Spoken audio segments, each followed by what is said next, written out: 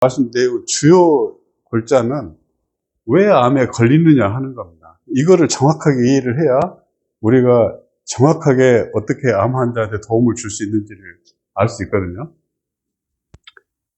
이제 다음 슬라이드 넘겨주시면, 이게 표적항암제라고 이제 해서 요즘 이제 암 환자에게 많이 적용되고 있는데, 이 표적항암제를 정확하게 표현하면 암 유전자 억제제입니다.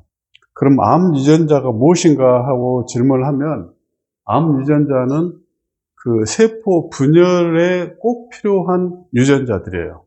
근데 이제 세포 분열 신호는 여기가 이제 세포막이거든요.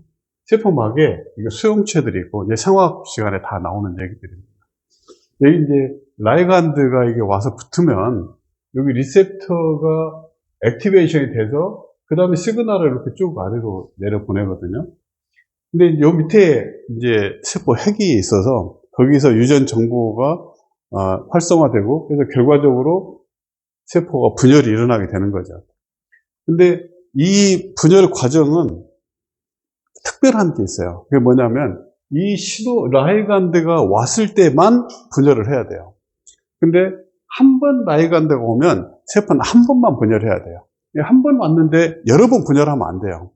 그러니까 여기 한 번 딱 오면은 이 신호가 이렇게 내려가고, 한 번 신호가 내려가잖아요. 그럼 이 신호 다 꺼져버리는 거예요. 꺼진 다음에 그 다음에 세포가 분열이 끝난 다음에 두 번째 분열 신호가 오면은 그때 또 여기가 내려가요. 이게 우리 몸에서 세포 분열을 통제하는 굉장히 중요한 방법인데, 이제 이것이 정상적으로 통제될 때는 상관없지만 여기서 돌연변이가 일어날 수 있어요. 예를 들면 여기에 돌연변이가 생기면은 라이간드가 결합하지 않았는데도 세포 분열을 할 수 있는 신호가 여기서 발생하게 돼요. 그럼 이 신호는 여기 라이간드 결합 여부하고 아무 상관없이 이 신호를 내게 되고, 이 신호가 발생되면 이 신호는 자동으로 밑으로 내려가서 세포 분열을 유도하게 돼요.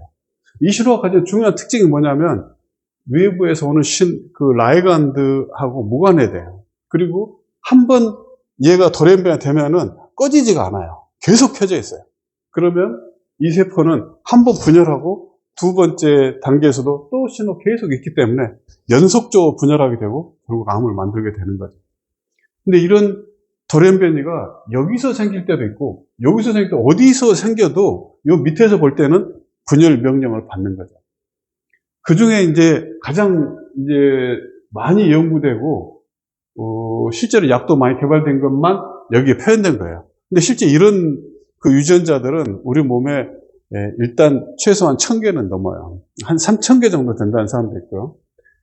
그런데 여기 있는 한 10가지 정도의 인체암 유전자 돌연변이 약 80%가 들어있어요. 그러니까 이거를 이해하면은 암 유전자가 어떻게 세포 분열을 통제하는지를 이해할 수 있어요.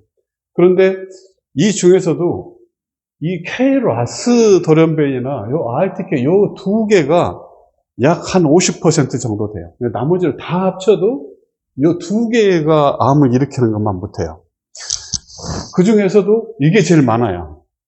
그러니까 인류의 암 연구하는 생명과학자들은 어떻게 하면은 라스 돌연변이가 어떻게 암을 일으키는지, 이걸 어떻게 하면 치료할 수 있는지를 연구하는 것이 이 암을 극복하는 그 말하자면은 주요 그 연구 테마라고 할 수 있습니다. 물론 다른 것도 굉장히 많아요.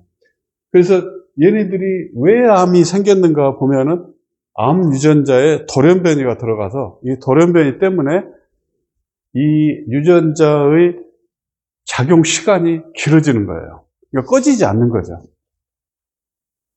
얘네들을 신호가 들어왔을 때 켜졌다가 잠시 후에는 꺼지고, 그래서 다음번 신호가 들어올 때 다시 켜져야지 각 세포 단계, 분열 단계가 조절되는데, 얘네들은 신호가 꺼지지 않기 때문에 계속 분열한다고 하는 특징을 가진 거죠. 이런데 다 돌연변이에 들어가면은 이 신호가 안 꺼지는 거예요. 그래서 이제 사람들이 고안한 게 뭐냐면은, 폐암에서 얘가 돌연변이 생겨가지고, 이 신호가 꺼지질 않는구나. 그래서 이걸 강제로 꺼뜨려야 되겠다. 그래서 어떻게 하냐면, 이거를 신호 발생하는 효소 활성을 억제하는 물질을 만든 거죠. 이 효소 억제제들이에요, 전부 다. 라프, 맥, 얼크, 이런 것들이 다 세포 분열 신호를 세포 핵으로 전달하는 과정에 있는데, 여기에 돌연변이가 생기면, 그러니까 암 종류마다 또는 같은 암이어도 그 환자마다 돌연변이 종류가 다 다릅니다. 여기에 그 돌연변이가 있는 유전자에 맞춰서 거기에 억제제가 개발되어 있는 거죠. 그러니까 그 인간의 그 생명과학이 굉장히 놀라운 거예요. 이런 과정들을 다 밝혀내고, 이것이 암 환자에서 어떤 문제가 생기고, 그러니까 우리는 어떻게 하면 암을 치료할 수 있겠다 하는 게 이제 정말 상상을 초월할 수준에 가 있는 거죠. 다음 슬라이드. 이렇게 해서 표적 항암제에 대한 그 표적, 예를 들면 표적이 뭐가 잘못되어 있다, 그거만 명확하게 잡으면, 그러면 어떤 그 문제를 극복할 수 있게 분명한데, 암 유전자의 돌연변이가 표적 항암제 개발을 위한 표적이라고 하는 것을 그 과학적으로 엄밀하게 증명한 결과들을 살펴보면, 그 중에 이제 라스 돌연변이가 가장 많거든요.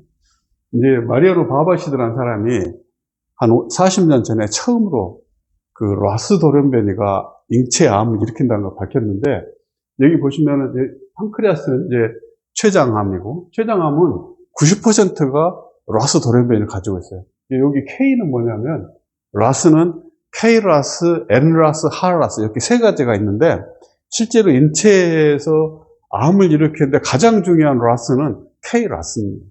여기 이제 K라스가 90%, 뭐 갑상선암은 60%, 55%, 폐암은 35%, 리버도 30% 정도 되죠. 그러니까 이 라스 돌연변이는 췌장암에서 굉장히 발병 빈도가 높죠. 저게 라스 돌연변이가 생기면 다 환자는 거의 죽어요. 왜냐하면 라스 돌연변이를 억제하는 약이 거의 없습니다. 근데 이제 여기서 보면은 이 췌장암에 라스 돌연변이나 암 환자가 가장 많을 것 같은데, 이거 비율이 많은 것이지 환자가 많은 건 아니에요. 환자가 가장 많은 건 여기 폐암이에요. 여기는 폐암의 35%가 폐라 돌연변을 가지고 있지만, 실제 폐암 환자가 워낙 많기 때문에 저게 더 많아요. 그럼 여기가 어떻게 해서 암을 일으킨가 보면은, 여기에 라스 지인이거든요. 요 위쪽에 여기 있는 거, 여기 이제 프로토온코진이라고 하는 거는, 온코진이라는 게 암 유전자가 암을 일으키기 위한 유전자를 오해하기 쉬운데, 이건 암을 일으키기 위한 유전자가 결코 아니고 정상적인 세포 분열을 위해서 필요한 유전자예요. 근데 이 유전자들이 가진 중요한 특징은 뭐냐면, 필요할 때 스위치가 켜지고 그게 끝나면 스위치가 꺼져야 되는 거예요. 근데 그 스위치가 어디 있냐면 요 근처에 있는 거예요. 근데 여기가 글라이신이면은 얘가 꺼졌다 켜졌다 할 수 있어요. 근데 글라이신이 요 GGC가 GTC로 바뀌면은, 그러니까 발린이라는 아미노산으로 바뀌게 되고 신호가 꺼질 수가 없게 돼버려요. 그러니까 항상 켜져 있는 거죠. 아까 보여드렸던 그림에서 이 라스가 굉장히 윗단계 있잖아요. 그 윗단계에서 꺼지지 않는 신호를 발생하게 되면은, 그러면 이제 세포가 이게 계속 분열하게 되는 거예요. 이걸 이제 이분이 처음 찾아냈고, 수많은 논문에 의해서 굉장히 다양한 암에서 이 라스 돌연변이가 발견되고 있다. 그래서 이 전체 암 환자의 약 50%는 이 라스 돌연변이하고 관련돼 있다 하는 것을 이분이 밝힌 거예요. 근데 그렇다고 해서 이 라스 돌연변이가 이러한 암 발병의 정말 그 책임 있는 분자적 현상이냐 하기에는 부족해요. 그러니까 이런 걸 보고 이제 상관관계라고 하거든요. 암 환자하고 라스 돌연변이 사이에는 굉장히 밀접한 상관관계가 있음이 분명해요. 그런데 이 라스 돌연변이 때문에 암이 발병했느냐 하는 이런 인과관계는 이분이 보여준 게 아니에요. 근데 인과관계는 어떻게 증명했냐면, 여기 보시면 이 온코적 암 유전자 라스 돌연변이가 암을 일으킨다는 거예요. 이제 이건 2001년에 발표된 굉장히 중요한 논문인데, 이 논문의 제목은 뭐냐면, 동물에다가 라스 돌연변이를 강제로 도입해주면 그러면 암이 생긴다는 거예요. 요게 이제 그 실험, 여기 낙인이라고 하는 표현 여러분 아마 안 들어보셨을 텐데, 우리가 원하는 유전자 돌연변이를 정확하게 우리가 원하는 대로 동물에게 다 집어넣어주는 거예요. 그러니까 혹시 여러분들이 이제 트랜지에닉 마우스 이런 거 들어보신 적이 있을 거예요. 이건 유전자를 동물의 몸에 넣긴 넣는데 정확하게 똑같이 넣어주는 건 아니에요. 유전자 어쨌든 들어가기만 하면 되는 거예요. 근데 이거는 그게 아니라 돌연변이가 들어간 그 자리에 그 뉴클로타이드 그대로 우리가 원하는 대로 변형시키는데 굉장히 고급 기술을 할 수 있죠. 이 기술이 세상에 나온 것은 딱 이때예요. 이 논문, 처음 나온 논문으로 가장 중요한 실험을 한 거예요. 사람에서 나타난 거하고 똑같은 돌연변이를 동물에 넣었더니 암이 생기더라. 그러면 이제 이 두 가지 결과를 보고 우리가 이제 생각할 수 있는데, 인간이 어떻게 세상을 이해하는가? 여러 가지의 방법으로 이해할 수가 있어요. 인문학적인 접근 방법도 있고, 신학적인 접근 방법도 있고, 과학적인 접근 방법도 있고, 뭐 여러 가지 있는데, 과학적인 접근 방법은 어떠냐면 관찰을 하고 그걸 해석함으로 해서 해석하는 거예요. 그래서 관찰을 못하는 것은 해석을 하면 안 됩니다. 과학자가 아닌 거예요. 그러니까 예를 들어서 어떤 과학자가 누구나 볼 수 있는 상황을 얘기하는 것이 아니고 특별한 사람만 볼 수 있는 상황을 가지고 얘기를 하잖아요. 그럼 그 사람은 과학자가 아니에요. 예를 들어서 어떤 과학자가 귀신에 관해서 연구를 해가지고 특별히 귀신을 볼 수 있는 어떤 사람이 있어서 뭐 이러이러하다 이렇게 얘기를 하잖아요. 그거는 이 과학의 범주에서 벗어나는 거예요. 그 말이 맞고 틀리고가 아니라 그것은 일단 과학은 아니에요. 과학은 관찰을 할 수 있고, 관찰은 똑같은 방법을 주면은 누구든지 똑같은 관찰을 할 수 있어야 돼요. 그러므로 해서 그 내용을 해석하는 것이 과학인 것이죠. 그러니까 표적항암제 이론적 근거는 어떠냐면, 관찰은 어떤 것이 이루어졌냐면 암세포에서 유전자 돌연변이가 공통적으로 발견됐고, 그 다음에 이 유전자 돌연변이를 동물에 도입하면은 암이 생긴다는 거예요. 이 두 가지 결과가 조합이 되면, 그러면 이제 암에 대해서 굉장히 중요한 그 결론에 도달할 수 있게 되는 거죠. 뭐냐면 암 유전자 돌연변이가 암 발병은 필요 충분 조건이라는 거예요. 그러므로 이 필요 충분 조건 중에 어떤 사건이 일어나는데 필요 충분 조건이 있는데, 그 필요 충분 조건을 깨뜨리면 그러면 그 현상도 파괴될 수밖에 없어요. 근데 그 깨뜨리는 것은 암 유전자 돌연변이가 있어야지 되니까, 이 유전자 돌연변이로부터 나타나는 그 효소 활성을 차단시키면 그러면 필요 충분 조건이 깨지게 되고, 그럼 암세포도 더 이상 존재할 수 없게 될 것이다. 그래서 돌연변이 암 유전자를 억제하면은 암을 치료할 수 있을 것이다 하는 해석이 나온 거예요. 그러니까 이게 바로 표적항암제가 세상에 나오게 된 이론적 근거가 되는 것이죠. 다음 슬라이드. 그래서 여기 보면은 요 그림에 요거는 이제 암의 전체에 관한 것이고, 특별한 암으로 옮기게 되면은 조금 얘기가 더 구체적이 돼요. 이거는 이제 폐암인데, 폐암 환자에서 관찰되는 돌연변이 암 유전자를 보면은 KRAS, EGFR 뭐 이런 것도 있잖아요. 여기 KRAS는 여기 있는 거죠. 이 유전자 돌연변이가 폐암 환자에서 약 30% 관찰돼요. 여기 EGFR 돌연변이, 여기 있는 RTK 중에 하나가 EGFR이에요. EGFR 돌연변이 폐암에서 25% 정도. 그 다음에 HER2도 여기 RTK에 속하는 거예요. BRAF, 여기 BRAF 중에, 이제 BRAF가 합쳐진 거고, FGFR4도 여기 RTK에 들어가는 거예요. PI3 카이네이즈는 여기 PI3 카이네이즈 여기 있죠. MEK도 여기 있죠. 그러니까 이 폐암에 관련되는 수많은 암 유전자 돌연변이는 다 여기 있는 것들이에요. 근데 이제 쟤네들이 돌연변이에 들어가서 꺼지지 않는 신호를 발생하게 되고, 결과적으로 그 무분별한 그 연속적인 분열을 일으키게 되는데, 그렇다면은 이런 환자를 치료하려면 어떻게 해야 될까? 표적항암제를 어떻게 디자인하면 될까? 뭐 간단하죠. 앞에 관찰을 결과로 해석하는 것부터 이런 암 유전자를 억제하면 되는 거죠. 그리고 많은 암제 억제제가 개발이 됐어요. 예를 들면 EGFR 돌연변이 같은 경우 이렇게 RTK에 아파티님이나 에로팁 이런 것들이 다 개발되어 있거든요. 다음 슬라이드. 그래서 이런 그 엄정한 과학적 기초의 바탕으로 해서 표적항암제를 개발을 했는데, 그래서 이제 지난 20년 동안 그 임상에서 광범위하게 적용이 됐어요. 그 중에 가장 많이 널리 적용된 게 뭐냐면 폐암에 있어서 그 EGFR 돌연변이 폐암, 그러니까 폐암 환자 약 25% 관찰되는 이 폐암에 대해서 상품명은 이래사고 여기 이제 그 원래 그 물질명은 제피티니드라고 하는 건데 이거를 주고 이제 프로그레션 프리 서바이벌을 본 거야. 이 암 환자는 이상하게 환자 치료를 하면 치료되고 끝나야 되는데 그래서 그냥 늙어 죽어야 되는데 그렇지 않고 재발을 꼭 해요. 그래서 재발이 언제 되는가를 보는 것이 이 치료제의 효능을 보는 데 굉장히 중요해요. 여기 보면 파란색 그래프는 그 화학요법제를 쓴 것이고 이 오른쪽 빨간색 그래프는 그 일회사를 쓴 겁니다. 근데 요 위에가 Y축이 프로그레션 프리 서바이벌이죠.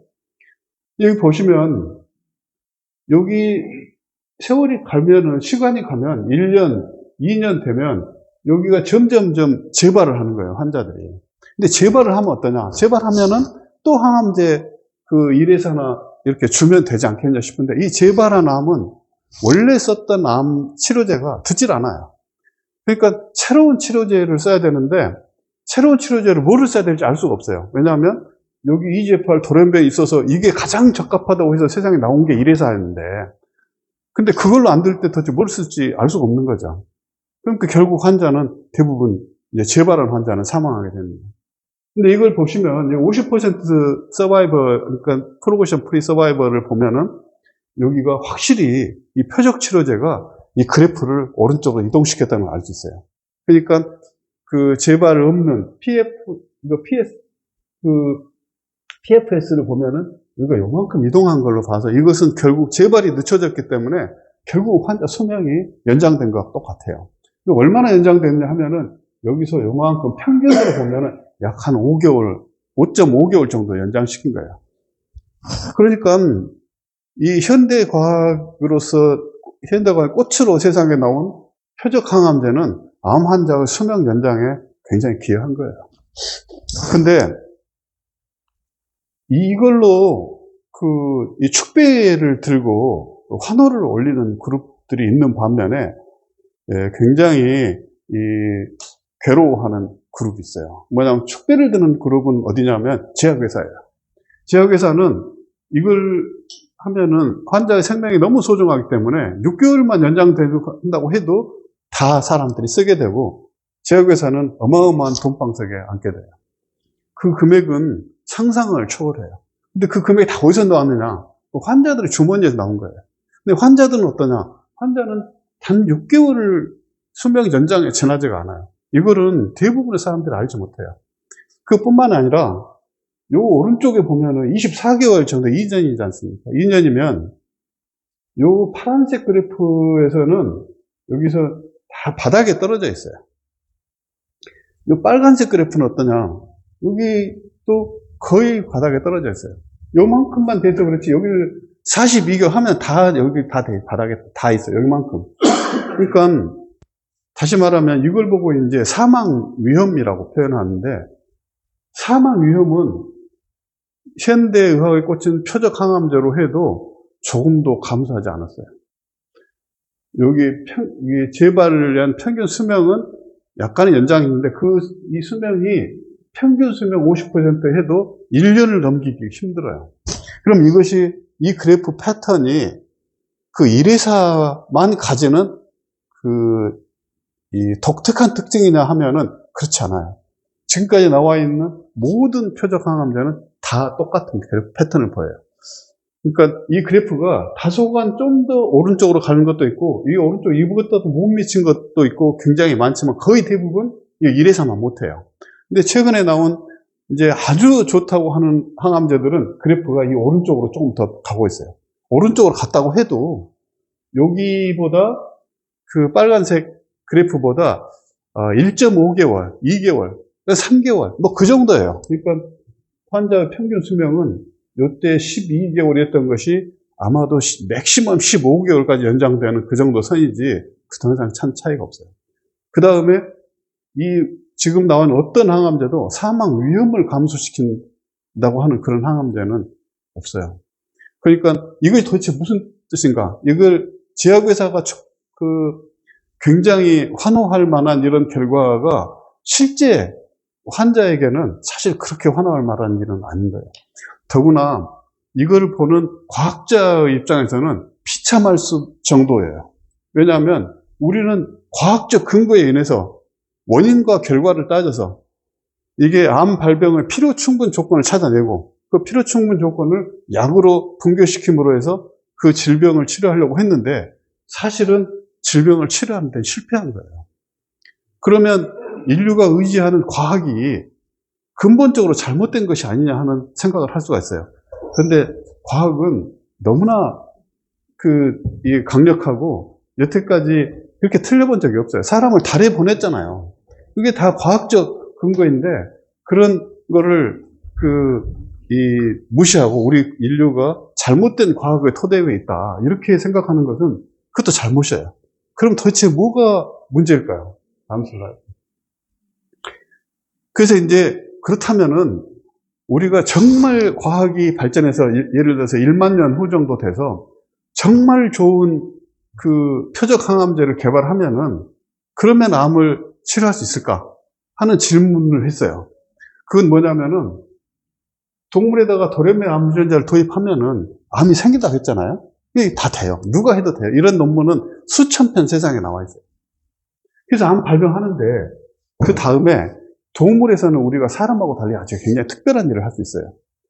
암 유전자 도입한 거하고 똑같이 유사한 방법으로 해서 돌연변이 암 유전자만 완전히 억제시킬 수가 있어요. 이게 스위치를 온오프 하는 거예요.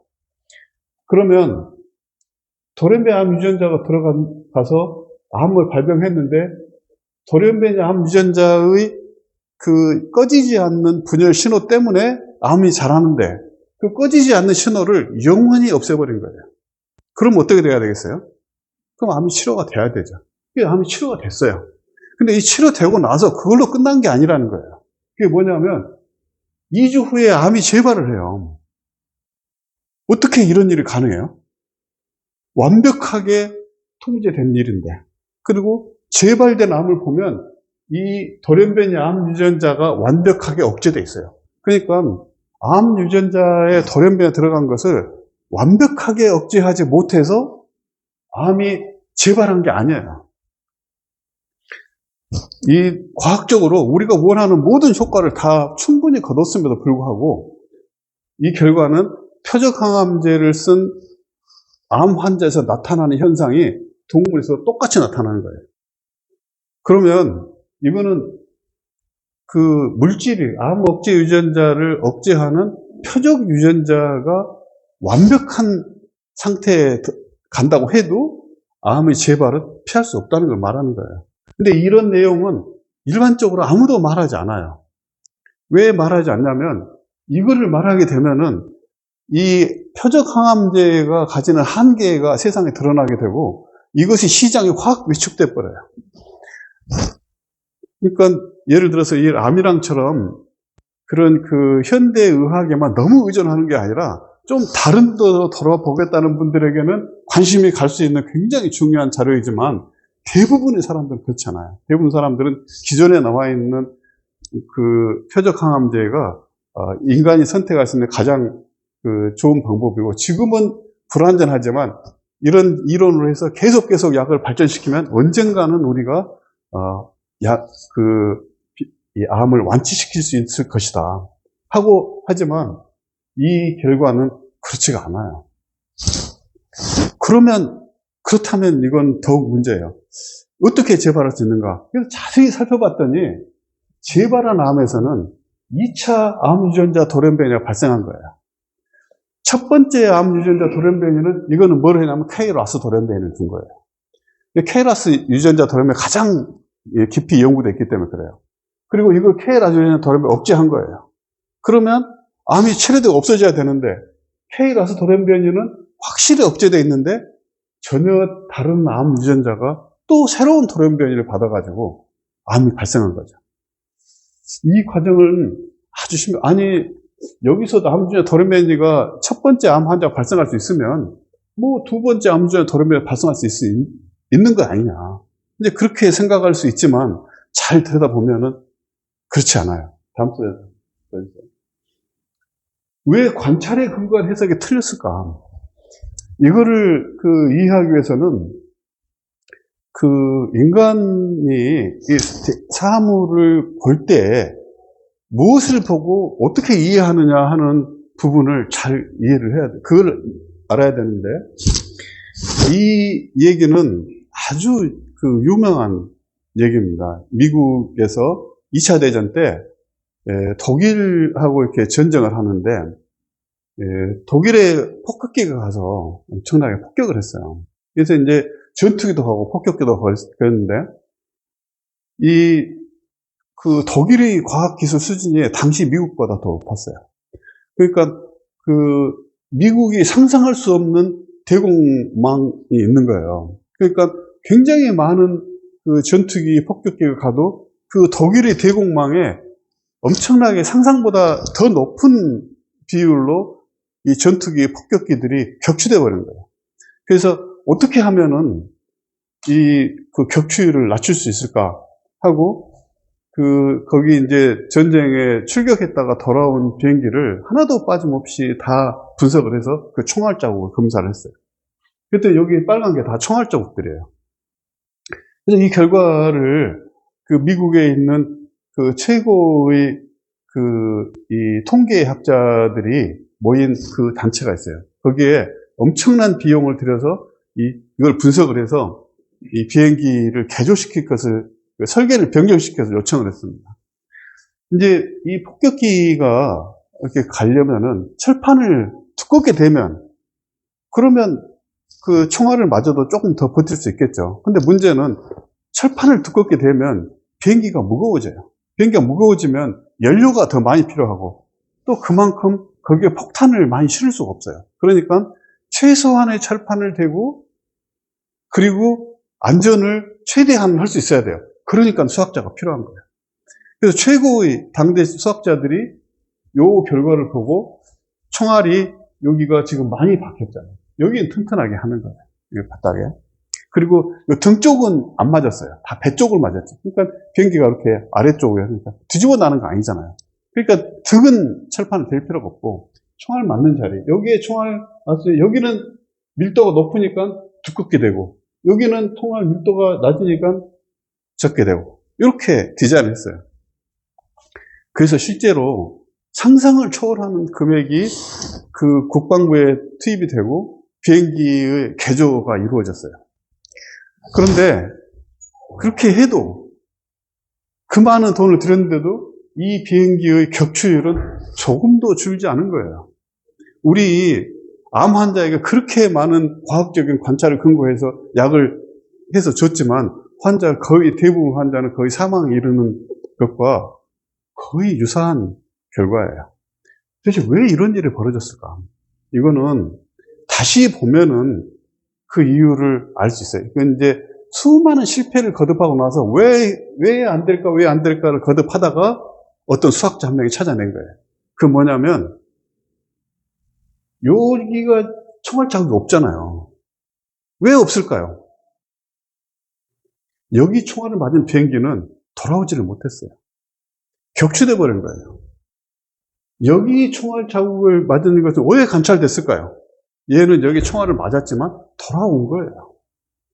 그러니까 다시 말하면 이 총알 자국이 많은 곳은 총알을 맞아도 격추되지 않을 자리인 거예요.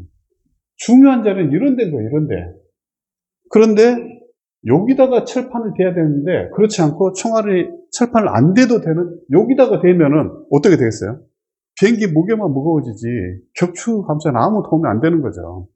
그러니까 이 격추율을 조금도 낮추지 못한 거예요. 근데 그때는 언제냐면 이미 2차 대전이 끝난 후였어요. 이미 수많은 돈이 들어가고 이 비행기의 격추율 감소에는 아무 이제 일을 못한 거예요. 왜 관찰에 근거한 해석이 틀렸을까? 다음 슬라이드. 관찰에는 한계가 있기 때문에 그래요. 인간의 관찰에는. 이제 그 세상을 보는 시각이 동양적인 시각하고 서양적인 시각이 있는데, 서양 시각은 관찰에 근거하지 않으면은 해석할 수 없다 그래요. 그러니까 그 서양에서 말하는 그 이론의 굉장히 중요한 부분은 그 실증론이라고 그래요. 실증. 증명할 수 있는 것만 세상에 존재한다는 거예요. 그러니까 인간이 볼 수 없는 건 존재하지 않는다 그래요. 그러니까 예를 들면 이 달의 뒷면을 인간이 보기 전에는 그 달이 있는지 없는지 말하면 안 된다는 거죠. 그러니까 이제 그런 표현도 아주 이해가 돼요. 그런데 인간의 관찰에는 분명히 한계가 있어요.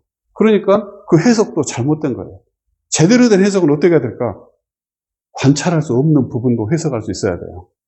이제 다음 슬라이드. 보이지 않는 것을 어떻게 볼 수 있을까? 보이지 않는 것은 당연히 볼 수 없죠. 그렇지만 보이지 않는 것도 볼 수 있어요. 그걸 뭐라고 하냐면은 세렌디피티라고 그래요. 혹시 여러분 세렌디피티라는 말 많이 들어보셨죠? 이 세렌디피티라고 하는 것을 사전을 찾아보면 뭐라고 되어 있냐면은 우연히 발견하는 능력, 운수 좋은 뜻밖의 발견, 이렇게 돼 있어요. 이거는 보이지 않는 것을 볼 수 있는 능력을 가진 사람이 뭔가를 하면 옆에 있는 사람이 볼 때는 그 사람이 운이 좋은 사람인 것처럼 보여요. 사실은 그렇지가 않아요. 그거 보이지 않는 것을 보는 사람은 특별한 능력이 있어서 보이지 않는 것을 보는 거예요. 그런데 그 특별한 능력으로 한번 여기에 이것이 있다고 한번 알려주면 누구나 그것을 볼 수 있어요. 그러니까 어떤 특별한 능력을 가진 사람이 귀신을 볼 수 있는 것은 알려줘도 아무도 못 보는 거하고 이건 달라요. 거기 있는데 인간이 보지를 못했던 거예요. 그런데 여기 있다고 하는 걸 딱 아는 순간에 누구든지 볼 수 있는 그런 것들이 있어요. 그런 것들이 세렌디피티예요. 저는 이렇게 생각을 해요. 그러니까 진정한 세렌디피티의 의미는 뭐냐면 보이지 않는 것을 볼 수 있는 능력이에요. 어떻게 이걸 보이지 않는 걸 볼 수 있는 능력을 그럼 어떻게 키우느냐? 그건 오늘 시간에 하고 이제 주제가 맞지 않기 때문에 제가 이제 힌트만 드릴게요. 그 동양의 오래된 철학서에 도덕경이라는 책이 있어요. 이게 도덕경 노자가 쓴 건데 2700년 혹시 여러분 들어보신 적 있으세요? 그 도덕경에 이런 말이 있어요. 불견이명, 그 다음에 불위이성이라는 게 있어요. 불견이명은, 불견은 보이지 않는 것이에요. 보지 않는 것. 이명, 그렇게 해서 명을 밝아지는 것은 보이지 않는 것을 보는 거예요. 이성, 불위는 억지로 뭐를 하지 않고도 이성, 그 목적을 이룬다는 뜻이에요. 그러니까 그걸 잘 보시면 어떻게 불견으로 이 명을 할 수 있는지 거기 잘 나와 있어요. 관심을 가지고 보시면. 근데 이제 보지 않고 보고 싶다는 그런 의지가 없는 사람한테는 아무것도 안 보여요. 이게 다음 슬라이드.